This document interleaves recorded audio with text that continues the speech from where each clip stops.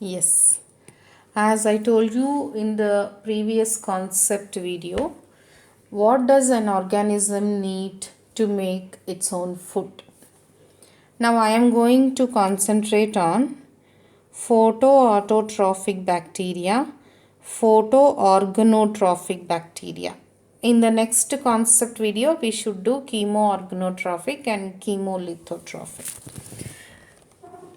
To understand photoautotrophic, keeping in view what was my previous video, if you see, the photoautotrophic bacteria are classified into photolithotrophic. See, the word litho usually means stone. We generally use this word because the inorganic sources like the hydrogen and carbon dioxide we get through most of the sediments in the rocks. So to say inorganic source, we use the word litho. Now if you see here, what is the energy source? Light. Why? Because it is photoautotrophic. Then why did I add word litho?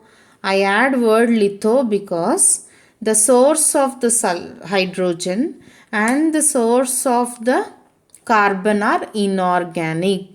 So apart from the sediments, the litho in this context mostly speaks about the inorganic source of the raw material what the organism want to make its own carbon skeleton. So here if you see, what is the hydrogen source? Inorganic hydrogen donor. You ignore electron donor as of now. When we do photosynthesis as a topic, you will understand. So hydrogen donor can be hydrogen sulfide only in this context. So it is, who is giving hydrogen? Hydrogen sulfide. What is hydrogen sulfide? Inorganic substance. Where do I get it? As a deposit in the rocks. So what is the word which indicates that? Litho. What is the source of energy? Photo. So what does that mean? Photolithotrophic. Because the source of the carbon is carbon dioxide. Now we have photoorganotrophic. Did I have the word litho here? No. Why? Because the source of hydrogen and the source of carbon are organic. So litho is inorganic, organo is organic source. So anyway, photoorganotrophic. So what is the source of energy? Light. Then what else we have? Organic hydrogen donor. Who will give hydrogen? An organic substance. Okay, then who will give carbon? An organic carbon, or I may also can take carbon dioxide as a source of energy. Depends upon the habitat and the amount of plants present there. So photoautotrophic bacteria means bacteria which synthesizes their own food using light as source of energy. Why does they need energy?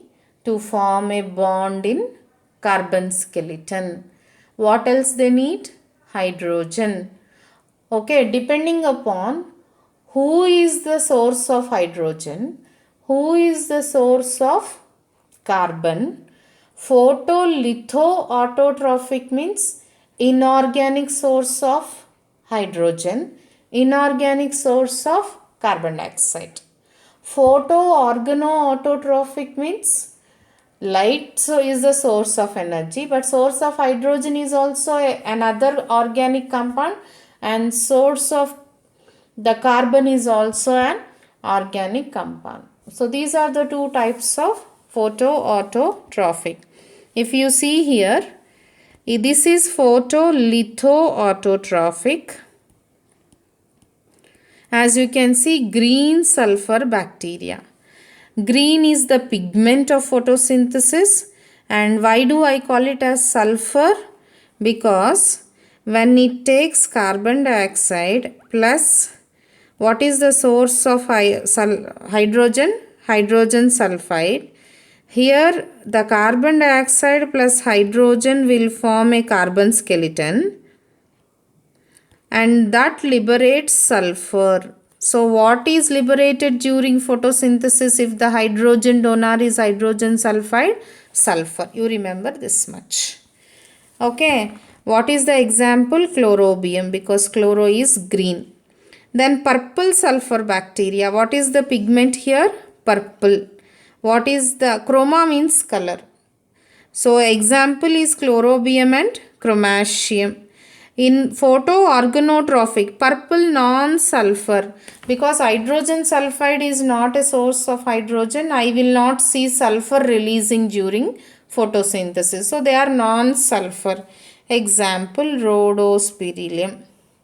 Remember this. Okay, in next video we are going to do the two types of chemosynthetic bacteria.